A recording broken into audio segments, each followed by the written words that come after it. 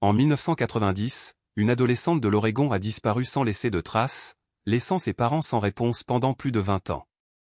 Mais 22 ans plus tard, son père, Frank Sanders, feuilletait un vieil album de fin d'année lorsqu'il remarqua à cet instant un fait qui changea tout. Le brouillard venu de l'océan Pacifique enveloppait la ville côtière de Mornington, dans l'Oregon, de son habituel voile matinal. Debout près de la fenêtre de la chambre de sa fille, Frank observait la brume tourbillonner autour du phare au loin. La beauté pittoresque de cette petite ville aux ses forêts denses et ses falaises spectaculaires surplombant l'océan avait toujours été pour lui une source de réconfort. Mais c'était avant que sa fille, Alicia, ne disparaisse sans laisser de traces il y a 22 ans. Il se détourna de la fenêtre, son regard balayant la chambre intacte. Tout était tel qu'Alicia l'avait laissé ce jour de printemps 1990, quelques semaines seulement après avoir obtenu son diplôme de fin d'études secondaires. Des posters étaient encore accrochés au mur. Son bureau était toujours bien rangé, avec ses manuels et ses cahiers, et son placard regorgeait encore de vêtements qu'elle n'avait pas portés depuis plus de 20 ans.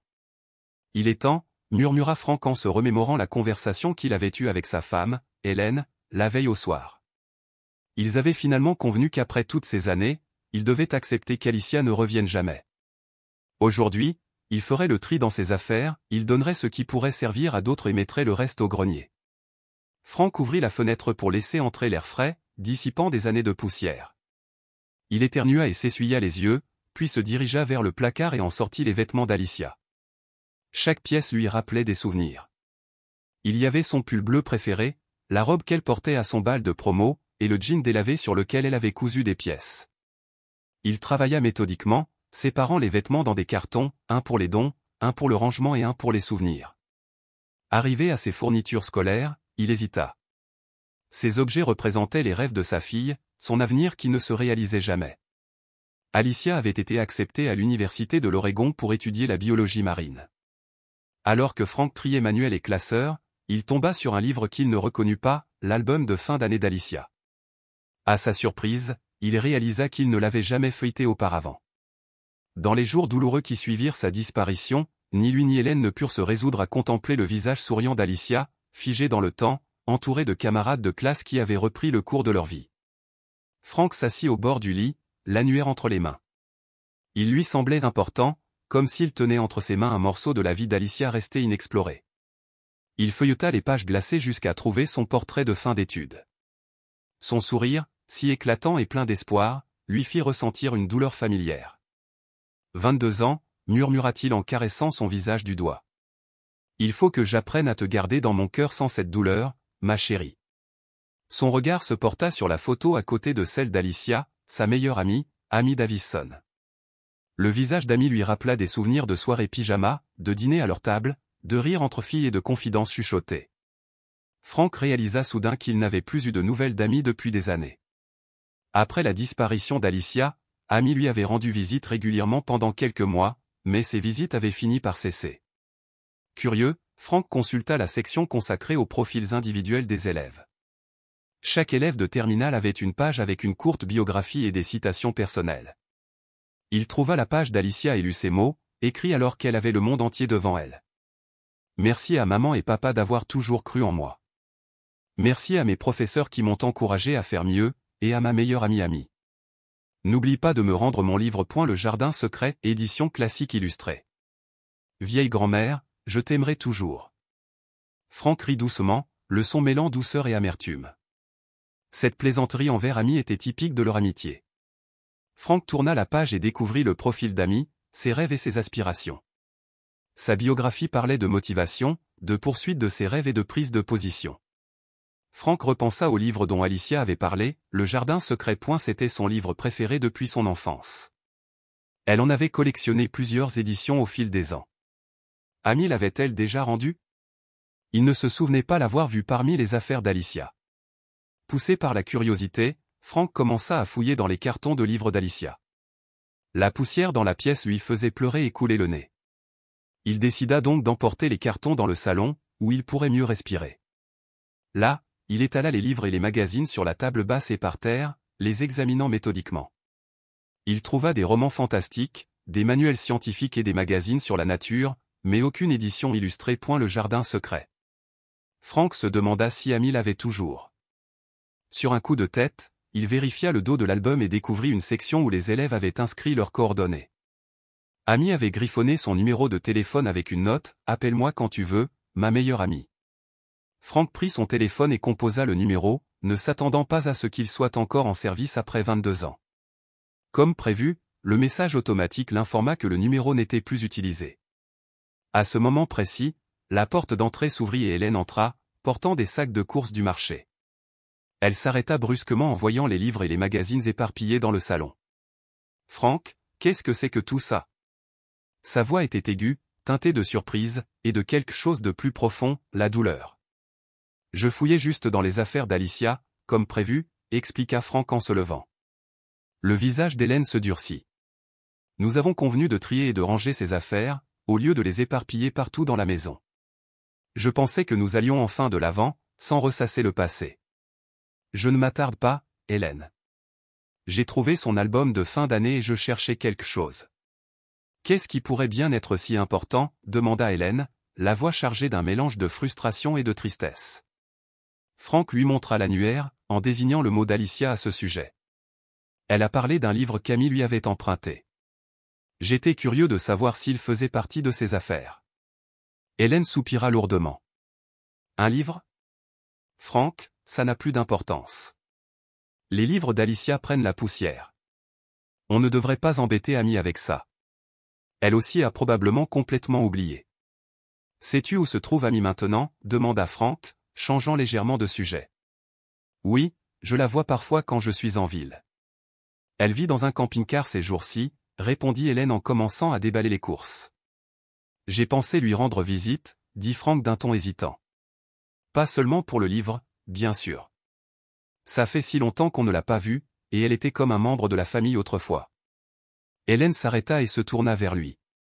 Frank, je ne peux pas faire ça aujourd'hui. Je n'ai rien contre Amy, mais je ne suis pas prête à la voir maintenant. Hier soir, on avait convenu de faire le ménage et de laisser tomber tout espoir. Aller voir Amy aujourd'hui, c'est tout le contraire. Elle désigna le désordre dans le salon. Je vais rester ici et ranger, préparer le grenier, comme prévu. Si tu veux y aller, c'est ton choix. Frank hocha la tête, comprenant sa réticence. L'idée était spontanée. J'irai seul. Hélène lui indiqua l'endroit où Amy garait habituellement son camping-car, mais le prévint, ne la pousse pas trop, Frank. La disparition d'Alicia a dû la frapper durement aussi. Elles étaient comme des sœurs. Frank rassembla l'annuaire, son téléphone, son portefeuille et ses clés de voiture. En se dirigeant vers la porte, il jeta un coup d'œil à Hélène, qui avait déjà commencé à ranger soigneusement les livres d'Alicia dans leur carton. Il ressentit un pincement de culpabilité de lui avoir laissé le soin de ranger, mais quelque chose l'attirait vers Amy, vers des réponses à des questions qu'il ne s'était même pas encore posées. La porte se referma derrière lui tandis qu'il sortait dans la brume matinale de Mornington, l'annuaire serré contre sa poitrine. Il emprunta les routes côtières sinueuses de Mornington, suivant les indications d'Hélène jusqu'au camping-car où Amy vivait désormais. Le trajet dura une vingtaine de minutes, le conduisant du centre-ville à une petite zone où plusieurs camping-cars étaient garés le long d'une bande surplombant une zone boisée. Frank gara sa voiture et regarda autour de lui, essayant d'identifier quel camping-car pouvait être celui d'Amy. Il y avait une douzaine de camping-cars de taille et d'état variés. Certains semblaient permanents, avec de petits jardins plantés à côté et du mobilier d'extérieur installé. Frank s'approcha d'un homme qui lavait les vitres de son camping-car. « Excusez-moi, je cherche Amy Davison. Savez-vous à quel camping-car elle appartient ?» L'homme désigna un camping-car bleu et blanc au fond du parking. « C'est chez Amy. Une femme sympathique. Elle est plutôt discrète. » Frank le remercia et se dirigea vers le camping-car indiqué. Il était modeste mais bien entretenu, avec une petite plante en pot près de la porte. Il prit une grande inspiration et frappa. Au bout d'un moment, la porte s'ouvrit. Une femme d'une quarantaine d'années se tenait là, ses cheveux blonds maintenant striés de mèches grises, son visage révélant les traits subtils de l'âge mûr. Elle regarda Frank avec une confusion polie, sans la reconnaître. « Puis-je vous aider ?» demanda-t-elle. Frank comprit avec surprise qu'il ne se reconnaîtrait pas. La dernière fois qu'ils s'étaient vus, Amy était adolescente et lui 22 ans plus jeune. Amy, c'est Frank Sanders, le père d'Alicia. Ses yeux s'écarquillèrent de surprise, puis s'emplirent d'un mélange d'émotions, reconnaissance, tristesse et chaleur. Monsieur Sanders. Oh mon Dieu. Entrez, s'il vous plaît. Elle recula, ouvrant la porte plus grande. Frank gravit les 2 petites marches pour accéder à l'espace de vie compact mais confortable. Le camping-car était propre et décoré de touches personnelles, photos, petites plantes et coussins colorés. S'il vous plaît, asseyez-vous. Voulez-vous un café? Amy désigna un petit coin repas. Un café serait le bienvenu. Merci, dit Frank en s'installant sur la banquette. Tandis qu'Amy préparait le café, Frank remarqua que ses gestes étaient réfléchis, presque prudents, comme si elle se donnait le temps d'assimiler cette visite inattendue. « Qu'est-ce qui t'amène ici après toutes ces années » demanda-t-elle en posant une tasse fumante devant lui avant de s'asseoir en face de lui. Frank sortit l'album de fin d'année qu'il avait apporté. « Je l'ai trouvé aujourd'hui en rangeant la chambre d'Alicia. Je me suis rendu compte que je ne l'avais jamais vraiment consulté auparavant. » Les yeux d'Amy se fixèrent sur le livre. « Je m'en souviens, » dit-elle doucement en tendant la main pour toucher la couverture. Frank ouvrit la page de profil d'Alicia et désigna le mot concernant le retour du livre. « J'étais curieuse à propos de ce livre, » dit-elle. « Le lui as-tu déjà rendu » L'expression d'Amy s'adoucit en un sourire triste. « Non, je ne l'ai pas fait. J'étais tellement distraite à l'époque, et Alicia le savait. Elle se moquait toujours de moi à ce sujet. » Elle se leva et se dirigea vers un placard sous son lit. Après avoir fouillé un moment, elle en sortit un exemplaire usé. Le Jardin secret, édition classique illustrée. J'oubliais sans cesse de le lui rendre, et après sa disparition, je n'ai plus pu m'en séparer. C'est la dernière chose qu'il me reste d'elle. Amy tenait le livre avec précaution, comme s'il était en verre délicat. Cela te dérangerait-il terriblement que je le garde? Il m'est devenu très précieux au fil des ans. Frank hocha la tête, comprenant parfaitement. Bien sûr que tu peux le garder. Il prit le livre lorsqu'Amy le lui tendit et l'ouvrit délicatement. Les pages étaient jaunies par le temps, mais les illustrations étaient toujours éclatantes. En le feuilletant, il s'arrêta sur une page qui avait servi de marque-page. On aurait dit une page déchirée d'un magazine de mode pour jeunes. Frank déplia la page pour révéler une séance photo avec des mannequins adolescents. Un jeune garçon en tenue élégante attira son attention. « Qui est-ce » demanda-t-il en désignant le mannequin. Amy se pencha pour regarder. « C'est Jason Murray. Il était dans notre classe. » Frank se tourna vers l'album de fin d'année et trouva la photo de Jason près de celle d'Alicia. « Je m'en souviens maintenant. Il avait vraiment du talent pour être mannequin à cet âge-là. Il est encore mannequin de temps en temps, d'après ce que j'ai entendu. Il a sa propre ligne de vêtements maintenant, » dit Amy. Frank leva les yeux. « Tu sais, Hélène a mentionné un jour que tu sortais avec Jason à l'époque. Je n'y ai pas prêté beaucoup d'attention à l'époque. » L'expression d'Amy changea aussitôt. « C'est complètement faux. Je n'ai jamais fréquenté Jason. En fait, je ne l'ai même jamais apprécié. Il a même été proche d'Alicia pendant un temps. » Frank fut surpris. « Alicia ? Elle et Hélène ne m'ont jamais parlé de Jason. C'était pendant notre première année de seconde, environ un an avant la remise des diplômes, expliqua Amy. Jason a semblé avoir un faible pour Alicia pendant quelques mois, mais ça n'a pas duré longtemps. Une fois qu'on a compris quel genre de personne il était vraiment, on s'est éloigné de lui.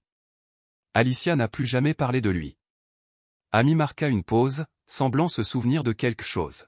« En fait, maintenant que j'y pense, je les ai vus discuter plusieurs fois pendant la terminale.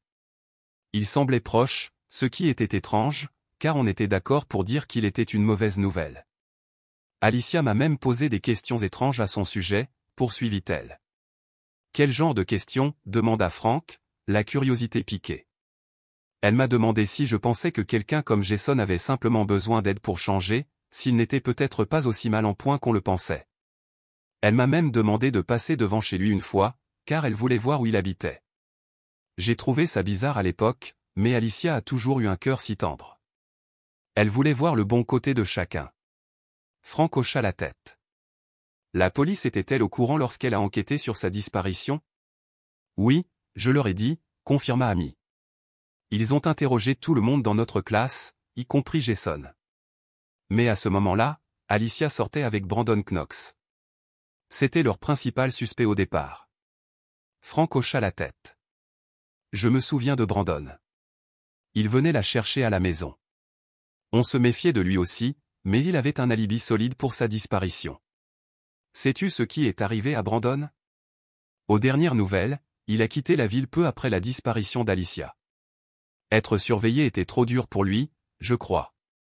Frank réfléchissait à toute vitesse. Et Jason? Et lui? Je ne suis pas sûr qu'il y ait un lien entre eux, dit Amy. Alicia s'intéressait rarement à lui, hormis ces quelques questions curieuses. Frank jeta un dernier coup d'œil à la photo de Jason dans le magazine. Pourquoi Alicia aurait-elle utilisé sa page comme marque-page, pensa-t-il. Le fait qu'elle ait été proche de lui sans que Frank ou Hélène ne le sachent était important. Il l'a apporté à Amy, et elle a dit, c'était dans le magazine préféré d'Alicia. Je le détestais tellement qu'Alicia a arraché la page avec son visage. Elle l'a juste plié et a dit qu'il n'y avait rien de mieux à faire que de l'utiliser comme marque-page. Frank réfléchit un instant, puis hocha la tête. Sais-tu où est Jason en ce moment? Demanda-t-il. Amy prit son téléphone et parcourut quelques messages. En fait, notre groupe d'anciens élèves du lycée a eu une réunion le week-end dernier chez Jason. Je n'y suis pas allé, mais ils ont partagé son adresse dans le chat de groupe. Elle montra le message à Frank. Pourrais-tu m'envoyer cette adresse? Demanda Frank en sortant son téléphone. Ils échangèrent leur numéro et Amy lui transmit l'information. Penses-tu que Jason pourrait être impliqué d'une manière ou d'une autre? Demanda Amy avec hésitation. Je ne sais pas, admit Frank. Mais j'aimerais que la police soit au courant de sa relation avec Alicia, aussi brève soit-elle. Le fait que ni Hélène ni moi n'en ayons eu connaissance m'intrigue. Quand Alicia a commencé à sortir avec Brandon, c'était totalement ouvert et transparent. Frank se leva et remercia Amy pour son temps et les informations. Alors qu'il s'apprêtait à partir, Amy lui toucha le bras. S'il te plaît, dis bonjour à Hélène de ma part, dit-elle. Et merci de m'avoir laissé garder ce livre. Il compte plus pour moi que tu ne le penses. Frank hocha la tête, l'annuaire sous le bras tandis qu'il ressortait dans la lumière de l'après-midi, son esprit rempli de nouvelles questions sur la vie de sa fille et sa disparition. Frank était assis dans sa voiture, l'annuaire posé sur le siège passager à côté de lui. Son esprit était brouillé par les nouvelles informations qu'Amy lui avait partagées. La révélation qu'Alicia avait été proche de Jason Murray, même brièvement, était troublante non pas à cause de Jason lui-même, mais parce que Frank et Hélène n'en avaient jamais eu connaissance. Il sortit son téléphone et appela l'inspecteur Ron Keller, l'agent chargé du dossier d'Alicia des années auparavant. Frank savait que le détective était à la retraite, mais vivait toujours en ville. L'appel est tombé sur la messagerie vocale, ce qui n'était pas surprenant pour un dimanche après-midi. Frank fixa son téléphone, puis l'adresse qu'Amy lui avait envoyée. Il devait rentrer chez lui, auprès d'Hélène. Il savait qu'il lui avait promis qu'il tournerait ce chapitre de leur vie aujourd'hui. Mais quelque chose dans les paroles d'Amy et dans le marque-page le rongeait. La curiosité d'Alicia pour la maison de Jason, ses questions sur sa capacité à se changer. Juste un petit tour, murmura-t-il en démarrant la voiture. Juste pour voir où c'est. 20 minutes plus tard, Frank se retrouva dans l'un des quartiers les plus aisés de Mornington. De grandes maisons aux pelouses impeccables bordaient les rues tranquilles, contrastant fortement avec la modeste demeure où lui et Hélène avaient élevé Alicia. Il localisa l'adresse de Jason, une vaste maison à 2 étages avec une allée circulaire et un aménagement paysager professionnel. La propriété était nettement plus grande que les maisons environnantes, témoignant de la réussite de Jason depuis le lycée. Frank gara sa voiture de l'autre côté de la rue, à distance, observant la maison. Le portail était ouvert et, sous ses yeux, un homme en sortit, accompagné d'une jeune femme. Même à cette distance, Frank reconnut une version plus âgée du garçon de l'annuaire. Jason Murray, alors âgé d'une quarantaine d'années, possédait toujours une présence remarquable. Son physique n'avait pas faibli et son assurance témoignait de sa réussite. En raccompagnant la femme à sa voiture, il l'embrassa sur la joue et lui fit un signe d'adieu tandis qu'elle s'éloignait. Cependant, alors qu'il se retournait pour rentrer, son attention se porta de l'autre côté de la rue. Son regard se posa sur la voiture de Frank. Frank réalisa trop tard que ses vitres n'étaient pas teintées, ce qui faisait de lui une cible facile pour quiconque l'observait. La posture de Jason changea instantanément, devenant alerte et méfiant. Frank ne vit aucune raison de se cacher plus longtemps. Il coupa le moteur, sortit de sa voiture et s'approcha du portail. « Bonjour », lança-t-il d'un ton décontracté. « Jason Murray, c'est ça ?» Jason ne lui rendit pas son salut amical. « Qui êtes-vous et pourquoi surveillez-vous ma maison ?» La voix de Jason devint hostile. « Vous êtes un paparazzi? Un journaliste ?» Frank s'arrêta à une distance respectueuse. « Je suis désolé, je ne voulais pas vous déranger, dit-il. Je m'appelle Frank Sanders. Je suis le père d'Alicia Sanders. Elle était dans votre promotion et a disparu il y a 22 ans. » Le visage de Jason changea aussitôt, ses yeux se plissèrent. « Que veux-tu » demanda-t-il. Frank, surpris par la froideur de la réponse, poursuivit, « J'ai entendu dire qu'il y avait une réunion de classe ici le week-end dernier. J'essaie juste de rassembler des informations sur ma fille. On m'a dit que tu étais peut-être proche d'elle. » La voix de Jason devint aiguë. « Qui t'a dit ça ?»« Ami, » répondit Frank. La voix de Jason se fit plus mordante. « Elle n'est même pas venue aux retrouvailles. » Frank s'efforça de garder un ton calme. « Je ne cherche pas les ennuis, juste des réponses. Ça fait 22 ans, et on ne sait toujours pas ce qui est arrivé à Alicia. »« Pourquoi me poses-tu cette question ?» rétorqua Jason, sur la défensive. « Je n'ai jamais été le petit ami d'Alicia. Je la connaissais à peine. Elle ne m'attirait pas. Je l'ai dit à la police à l'époque, et je n'apprécie pas d'être à nouveau interrogé à ce sujet. » Frank, déconcerté par la réaction intense de Jason, dit, « Je n'ai jamais suggéré que tu étais son petit ami. J'ai juste entendu dire que vous étiez proches à un moment donné. Si on se parlait à l'école, c'était probablement parce que j'empruntais de l'argent ou que j'avais besoin d'aide pour mes devoirs, » balaya Jason.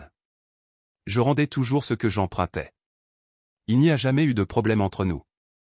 J'ai tout raconté à la police à l'époque. » Malgré ces paroles désinvoltes, Frank remarqua que le langage corporel de Jason devenait de plus en plus tendu. Il balançait son poids d'un pied sur l'autre, scrutant les alentours du regard, comme pour s'assurer que personne ne le regardait. « Je ne comprends pas pourquoi tu débarques chez moi et me poses ces questions, » continua Jason. « J'ai une réputation à défendre. Je ne veux pas qu'un journaliste ou le public nous voie ensemble et répande des rumeurs. » Sans attendre de réponse, Jason fit demi-tour et retourna chez lui. « Tu devrais partir » lança-t-il par-dessus son épaule. « Je n'ai rien d'autre à dire sur Alicia Sanders. » Frank resta là, stupéfait. La réaction de Jason lui avait semblé disproportionnée par rapport aux simples questions qu'il avait posées. Pourquoi un homme d'affaires prospère se montrerait-il si défensif face à une brève connaissance de lycée, plus de 20 ans auparavant? Tandis que Jason disparaissait chez lui, Frank regagna lentement sa voiture. Ses mains tremblaient légèrement tandis qu'il serrait le volant, se sentant ridicule et honteux. Il avait promis à Hélène qu'il tournerait ce chapitre aujourd'hui, et non qu'il rouvrirait de vieilles blessures. « À quoi pensais-je » murmura Frank. « J'ai promis à Hélène qu'on tournerait la page, pas qu'on rouvrirait de vieilles blessures. » Il démarra la voiture, jetant un dernier coup d'œil à la maison de Jason avant de partir. Si Hélène savait qu'il était venu ici au lieu d'aider à faire le ménage, elle serait blessée et en colère. Frank s'était laissé emporter par le tourbillon de questions et de possibilités qu'il avait consumé pendant les années qui avaient suivi la disparition d'Alicia. En revenant vers la ville, Frank essaya de se convaincre de laisser tomber. La réaction hostile de Jason n'était probablement que de l'agacement d'avoir son dimanche après-midi interrompu par le souvenir d'un événement tragique de sa jeunesse. N'importe qui serait mal à l'aise d'être interrogé sur une personne disparue après tant d'années. Pourtant, quelque chose dans la défensive de Jason frappait Frank. C'était excessif, presque comme si Jason paniquait. Était-ce simplement la surprise d'être confronté à une situation inattendue, ou y avait-il autre chose? Frank secoua la tête, essayant de se concentrer sur la route. Il avait promis à Hélène qu'ils avanceraient aujourd'hui. Il devait tenir cette promesse et cesser de courir après les fantômes du passé. Alors que Frank retournait en ville, sa rencontre avec Jason se remémorait sans cesse son souvenir. L'hostilité de Jason l'avait déstabilisé. Il savait qu'il devait rentrer chez lui auprès d'Hélène, mais il ne parvenait pas à se défaire du sentiment d'être tombé sur quelque chose d'important. Sans trop y réfléchir, Frank se dirigea vers les pompes funèbres Mornington Memorial. Si Hélène et lui voulaient vraiment tourner la page, il était peut-être temps d'envisager une cérémonie commémorative officielle pour Alicia, même sans corps à enterrer. Le salon funéraire était silencieux lorsque Frank entra. Une réceptionniste au visage doux l'accueillait, après avoir écouté sa demande, lui tendit des brochures détaillant leurs services et leurs tarifs. Après la remercier, Frank retourna à sa voiture.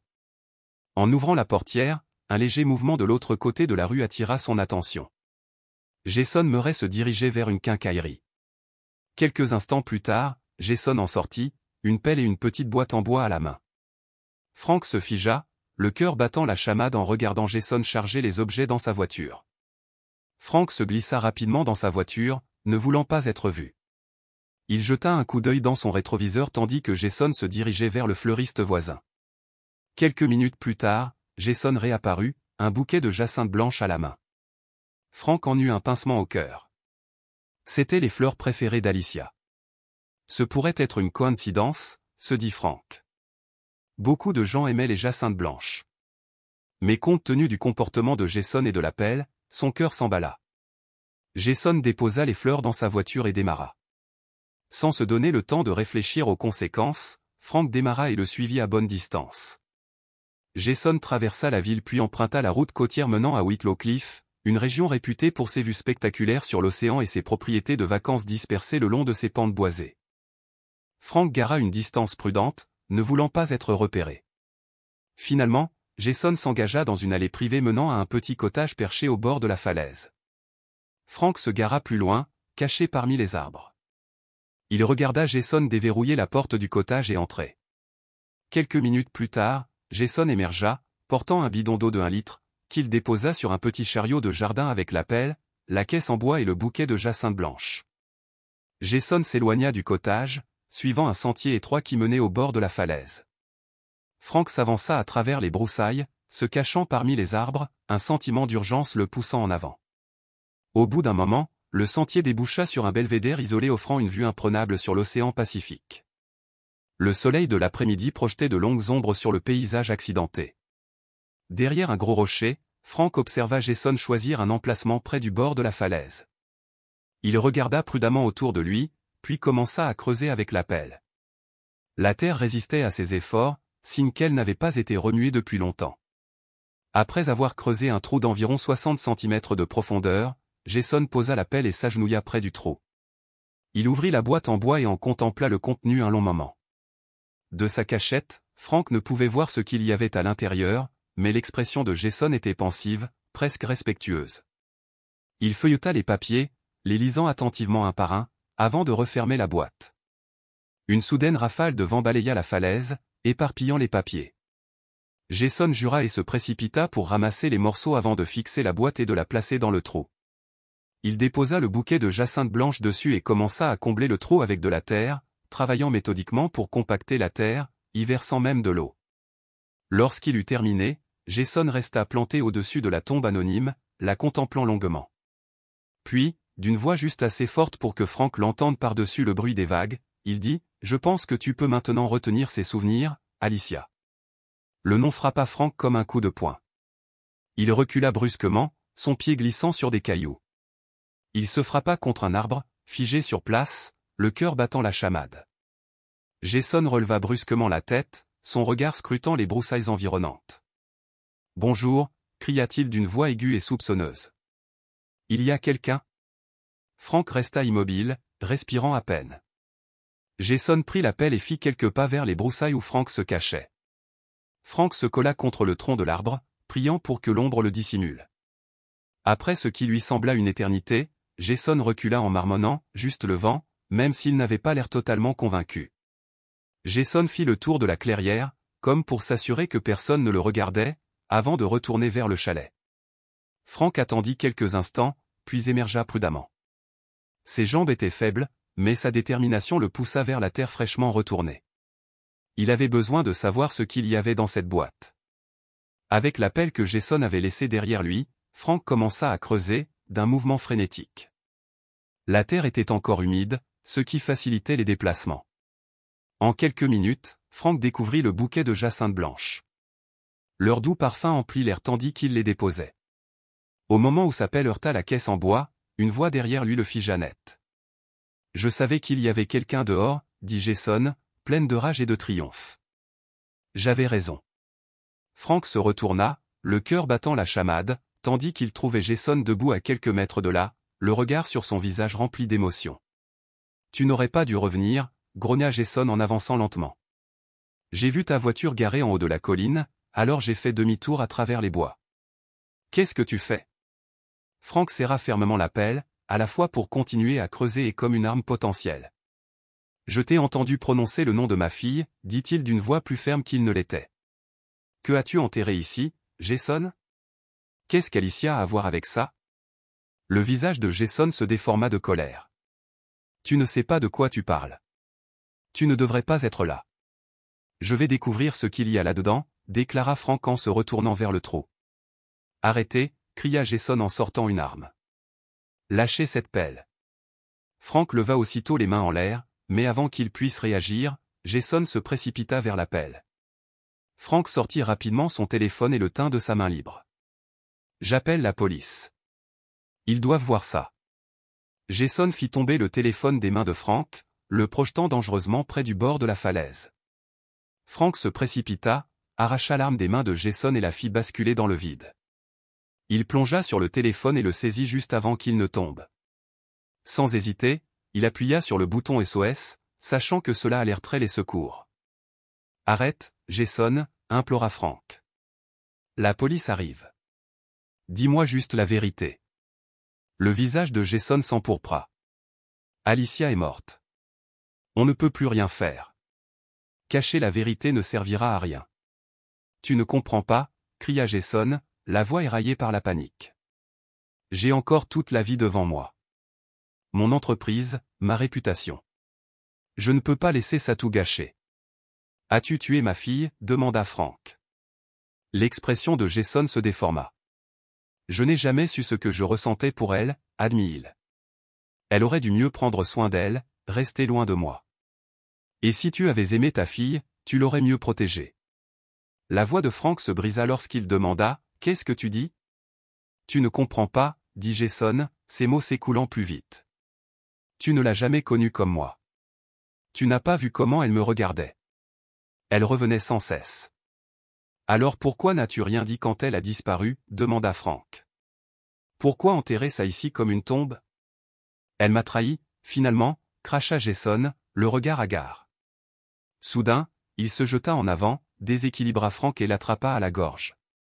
Frank chercha son souffle, luttant pour se libérer, mais l'emprise de Jason se resserra.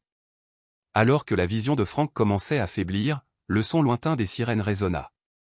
Jason relâcha légèrement son emprise et regarda dans la direction du bruit, la panique au regard. Plusieurs voitures de police remontèrent l'allée privée à toute vitesse, leurs sirènes perçant le silence côtier. Frank halta tandis que Jason relâchait sa prise sur sa gorge sous l'effet de la surprise. Quelques instants plus tard, des policiers les encerclèrent, armes au poing. « Lâchez-le et reculez, les mains bien en vue » ordonna un policier. Jason libéra Frank et leva lentement les mains, faisant tomber la pelle au sol. Deux agents intervinrent immédiatement, menottant les poignets de Jason tout en récitant ses droits. Frank s'effondra au sol, toussant et se massant la gorge. Une agente l'aida à se relever. « Tout va bien, monsieur » demanda-t-elle. « Oui » parvint à dire Frank d'une voix rauque. « Merci. » Alors que les policiers conduisaient Jason vers une voiture de police, Frank désigna la terre fraîchement remuée. « Là, dit-il. Il vient d'enterrer quelque chose là. Il a mentionné le nom de ma fille, Alicia Sanders. Elle a disparu il y a 22 ans. » L'expression de l'officier devint sérieuse. « Sanders ? Je me souviens de cette affaire. Je vais appeler l'inspecteur Ramirez. » Pendant que quelques policiers sécurisaient les lieux, l'inspecteur Ramirez s'approcha de Frank et lui rendit son téléphone. « Monsieur Sanders, je suis l'inspecteur Ramirez. Pouvez-vous me dire ce qui s'est passé ici ?» Frank a tout expliqué, la découverte de l'annuaire, la visite à Amy, son étrange rencontre avec Jason chez lui et comment il avait suivi Jason jusqu'à cette falaise. « Je sais que je n'aurais pas dû le suivre » admit Frank. « Mais quand je l'ai vu acheter une pelle et des jacinthes blanches, les fleurs préférées d'Alicia, quelque chose clochait. » L'inspecteur Ramirez hocha la tête. « Vous avez dit qu'il avait enterré quelque chose ici ?» Frank désigna le monticule de terre fraîche. « Il a enterré une boîte en bois parmi les fleurs. Avant cela, le vent avait emporté des papiers hors de la boîte, et il les a ramassés. Il a dit quelque chose à propos d'Alicia qui gardait ses souvenirs. » L'inspecteur fit signe à une équipe médico-légale qui était arrivée.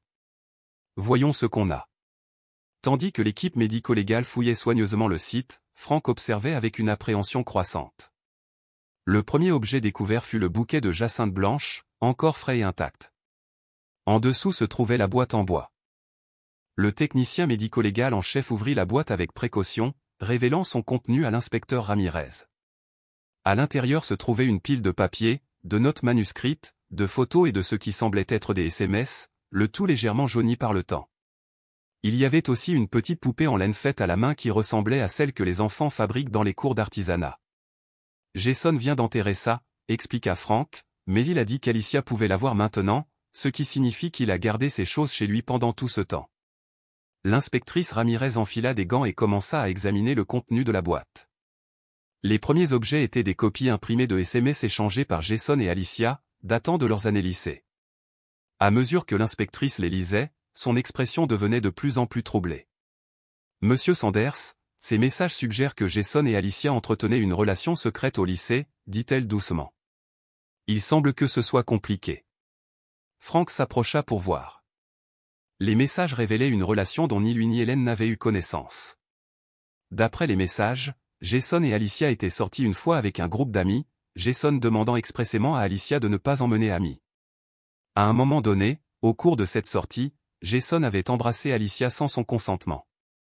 Les messages montraient le désarroi initial d'Alicia, suivi d'un changement progressif.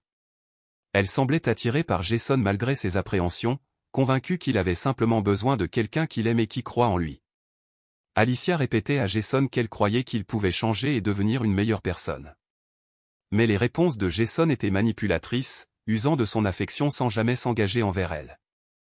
Cela a duré près d'un an, a constaté l'inspecteur Ramirez, en parcourant d'autres messages. Puis Alicia a tenté de mettre fin à leur relation. Les derniers messages témoignaient de sa frustration croissante face à cette relation toxique. Lorsqu'elle a finalement rompu et commencé à sortir ouvertement avec Brandon Knox, les messages de Jason sont devenus de plus en plus désespérés, puis colériques. Parmi les photos dans la boîte, plusieurs firent fuir Franck, horrifié. Il y avait des photos explicites d'Alicia, prises alors qu'elle semblait attachée. L'arrière-plan montrait un intérieur rustique qui s'accordait avec le cottage d'où Jason venait de sortir, ainsi que divers endroits dans les bois environnants. L'inspecteur Ramirez couvrit rapidement ces photos, mais les retourna pour examiner le dos. Chacune portait une écriture manuscrite, celle de Jason, supposèrent-ils griffonné au dos. Sur une photo, la même phrase était répétée des dizaines de fois, occupant tout le dos, « Tu dois continuer à m'aimer. Tu dois continuer à m'aimer. Tu dois continuer à m'aimer. » Sur une autre, on pouvait lire « J'ai passé un excellent moment aux falaises avec toi. Bien à toi, j'ai. » Le plus troublant était au dos d'une photo où le visage d'Alicia exprimait une peur évidente. Jason y avait écrit un mot décousu expliquant qu'il n'arrivait plus à se contenir, que des gens la recherchaient et qu'elle, insultée, refusait de lui parler. Le mot se terminait par des excuses, il devait la tuer, sinon il la retrouverait et le capturerait, ajoutant qu'elle serait toujours dans son cœur, même sans que personne ne soit au courant de leur relation. Il faudra interroger Jason sur les détails du meurtre d'Alicia, dit doucement l'inspecteur Ramirez à un autre policier. Il ne le dit pas explicitement dans ses notes. Alors qu'il continuait à examiner les preuves, une autre équipe d'agents qui fouillait les environs s'est approchée d'urgence. « Inspecteur, nous avons trouvé quelque chose, dit l'un d'eux d'une voix grave. À environ 4,5 mètres d'ici, il y a une zone où la composition du sol est différente. Nous avons fait une fouille préliminaire et nous avons trouvé des fragments d'os. » Les jambes de Franck cédèrent sous lui et il s'effondra. Après 22 ans d'incertitude et de faux espoirs, la terrible vérité éclatait enfin. L'équipe médico-légale élargit ses recherches, creusant soigneusement dans la zone indiquée. Au fil de l'après-midi, ils découvrirent de plus en plus de restes d'Alicia. L'inspecteur Ramirez s'approcha de Franck, qui observait silencieusement les fouilles. « Monsieur Sanders, souhaitez-vous que nous appelions votre femme ? Elle devrait être au courant. » Franck hocha la tête, hébété. « Oui, et s'il vous plaît, contactez Amy Davison aussi.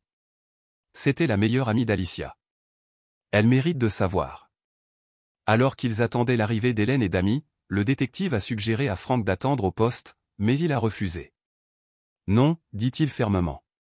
Je dois rester ici. Il devrait voir tout ça, avant de bouger.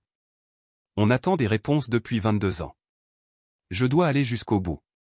Lorsqu'Hélène arriva 1 heure plus tard, le visage blême sous le choc, elle courut vers Franck, et ils se serraient l'un contre l'autre tandis que l'inspecteur Ramirez lui expliquait gentiment ce qu'ils avaient découvert. Amy arriva peu après, les yeux rougis par les larmes qu'elle avait versées pendant le trajet. Tous trois se tenaient ensemble au bord de la scène de crime, unis par le chagrin, tandis que l'ampleur du sort d'Alicia était révélée. Hélène se tourna vers le détective, la voix tremblante mais déterminée. Nous voulons déplacer sa dépouille d'ici. Elle mérite une sépulture digne, dans un endroit paisible, et non dans cet endroit horrible où il l'a abandonnée. Nous organiserons cela dès que l'équipe médico-légale aura terminé son travail, lui assura l'inspecteur Ramirez. Cela ne devrait pas prendre plus d'1 jour ou 2. Amy s'approcha de la preuve osseuse, les larmes aux yeux. Sa voix se brisa lorsqu'elle murmura « Pourquoi ne m'as-tu rien dit, Alicia ? On était meilleurs amis. J'aurais pu t'aider. On parlait de filles qui tombaient amoureuses de mecs comme Jason et on riait ensemble. Je ne comprends pas. » Alors que le soleil commençait à se coucher sur le Pacifique, projetant de longues ombres sur la falaise, Franck, Hélène et Amy veillaient sur la dépouille d'Alicia. Enfin retrouvée après 22 ans de recherche, d'attente et d'interrogation. Elle rentre à la maison, murmura Franck en serrant fermement la main d'Hélène. Elle rentre enfin à la maison. 1 semaine plus tard, une petite flottille de bateaux se rassembla au large de Mornington, juste en contrebas de Wicklow Cliff. La journée était exceptionnellement claire pour la côte de l'Oregon, le soleil ruisselant sur les douces vagues de l'océan Pacifique. Dans le bateau de tête se trouvaient Frank et Hélène Sanders, ainsi qu'Amy Davison, l'inspecteur Ron Keller, sorti de sa retraite pour apporter son soutien, et l'inspecteur Ramirez, qui avait supervisé la résolution finale de l'affaire d'Alicia. Dans les bateaux qui suivaient se trouvaient les anciens camarades de classe d'Alicia, ses professeurs et le directeur du lycée de Mornington. La nouvelle de l'arrestation de Jason Murray et de la découverte des restes d'Alicia s'était rapidement répandue dans la petite ville côtière, ébranlant une communauté qui ne s'était jamais complètement remise de sa disparition 22 ans plus tôt. Frank se tenait à la proue du bateau, une petite urne à la main. Après mûre réflexion, Hélène et lui avaient décidé de renoncer à une inhumation traditionnelle au cimetière. Ils avaient préféré jeter les cendres d'Alicia dans l'océan, libérant ainsi son esprit de l'endroit où elle avait été confinée si longtemps. Aujourd'hui, nous sommes réunis pour dire enfin au revoir à Alicia Sanders, a commencé le ministre. Pendant 22 ans, sa famille et ses amis ont porté le poids de son absence, la douleur de ne pas savoir. Aujourd'hui, nous déposons ce fardeau et confions la dépouille d'Alicia à la mer, où elle ne sera plus jamais liée ni retenue. Hélène s'avança pour se tenir à côté de Frank, sa main sur son bras. Alicia adorait l'océan, dit-elle, sa voix portant jusqu'aux autres bateaux. Elle étudiait pour devenir biologiste marine. Elle aurait adoré savoir qu'elle ferait partie de cette mer qu'elle adorait tant. Frank ouvrit l'urne, avec Hélène, ils dispersèrent les cendres d'Alicia dans l'eau. Des jacinthes blanches suivirent, lancées de chaque bateau, créant un jardin flottant à la surface de l'océan. Amy s'avança, le visage ruisselant de larmes, et déposa l'exemplaire usé des jardins secrètes sur les vagues. « Au revoir, mon ami, murmura-t-elle. Je suis désolé de ne pas t'avoir rendu ton livre. » Après la cérémonie, alors que les bateaux retournaient vers le rivage, le détective Ramirez s'est adressé aux Sanders avec une mise à jour sur l'affaire. « Jason a avoué, leur dit-elle doucement. Il nous a raconté toute l'histoire. Selon les aveux de Jason, il avait retenu Alicia captive dans son chalet pendant plusieurs jours après l'avoir enlevée. Obsédé par elle depuis leur brève relation, il n'arrivait pas à accepter qu'elle soit passée à autre chose avec Brandon Knox. Il avait promis d'officialiser leur relation si elle rompait avec Brandon et racontait à tout le monde qu'elle était partie en voyage seule pour fêter sa remise de diplôme. Mais Alicia a refusé, a expliqué l'inspecteur Ramirez. Elle lui a dit qu'après des années passées à essayer de l'aimer et à croire qu'il pouvait changer, elle avait enfin compris qu'il était irrémédiablement brisé. L'inspectrice poursuivit d'une voix douce mais factuelle. Jason dit que ces paroles l'avaient profondément blessé, et ils en vinrent à une altercation physique lorsqu'Alicia tenta de s'échapper. Ils se battirent au bord de la falaise et, selon Jason, Alicia faillit le repousser. Dans sa rage, il la maîtrisa et la frappa à plusieurs reprises avec des pierres. Lorsqu'il réalisa qu'elle était morte, il paniquait et enterrait son corps au lieu d'appeler à l'aide. Amy essuya de nouvelles larmes. Je me souviens quand Alicia a commencé à me poser des questions sur Jason, se demandant s'il pouvait changer. Je n'ai jamais compris pourquoi elle s'intéressait autant à lui alors que je savais à quel point elle le détestait. J'ignorais totalement qu'ils étaient secrètement ensemble. Elle se tourna vers Franck et Hélène. Je suis vraiment désolé. Si j'avais su, j'aurais peut-être pu la prévenir, la protéger d'une manière ou d'une autre. Ce n'est pas ta faute, ami, dit Hélène fermement. Jason était manipulateur et dangereux. Alicia croyait pouvoir l'aider, et il a abusé de sa compassion. Ron Keller, le détective à la retraite qui avait passé des années à rechercher Alicia, secoua tristement la tête. Comme Alicia ne l'avait jamais fréquenté publiquement et que Jason n'avait aucun antécédent judiciaire, nous avons concentré notre enquête ailleurs. Brandon Knox était notre principal suspect au départ, car il était son petit ami connu à l'époque. Jason a dû simplement continuer sa vie, et personne ne l'a plus jamais regardé. Alors que les bateaux accostaient, Frank regarda l'océan, où les jacinthes blanches flottaient encore sur les vagues. 22 ans d'incertitude étaient enfin terminés. La douleur n'avait pas disparu. Elle ne disparaîtrait jamais vraiment, mais il y avait un sentiment d'accomplissement, de clôture. Ce soir-là, Frank et Hélène étaient assis sur leur véranda, à regarder le coucher de soleil. Hélène avait posé une photo encadrée d'Alicia sur la petite table entre eux. Non pas le portrait officiel de fin d'études, mais une photo spontanée d'elle riant sur la plage, les cheveux au vent, le visage rayonnant de joie. « Je pense que nous pouvons enfin aller de l'avant », dit doucement Hélène en prenant la main de Frank. Non pas en l'oubliant, mais en nous souvenant d'elle telle qu'elle était vraiment, pleine de vie, d'amour et de compassion. Frank lui serra la main. Elle te ressemblait tellement, tu sais, avec ce désir de voir le bon côté des gens, de les aider à devenir meilleurs.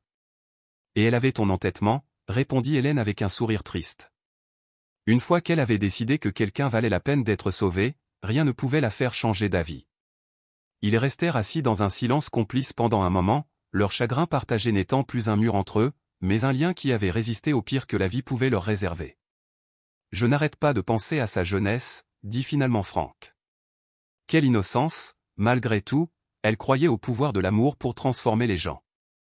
Ce n'est pas une mauvaise chose d'y croire, répondit Hélène. Le monde a besoin de plus de gens prêts à voir le potentiel de bien chez les autres. L'erreur d'Alicia n'a pas été de croire que les gens pouvaient changer. C'était de croire qu'elle seule pouvait y parvenir. Frank hocha la tête, comprenant la vérité de ses paroles. J'aurais juste aimé qu'elle nous parle de Jason. On aurait peut-être pu l'aider à voir le danger. On ne le saura jamais, dit Hélène doucement. Mais je pense que, où qu'elle soit maintenant, elle sait combien nous l'aimions. Et elle sait que nous n'avons jamais cessé de la chercher.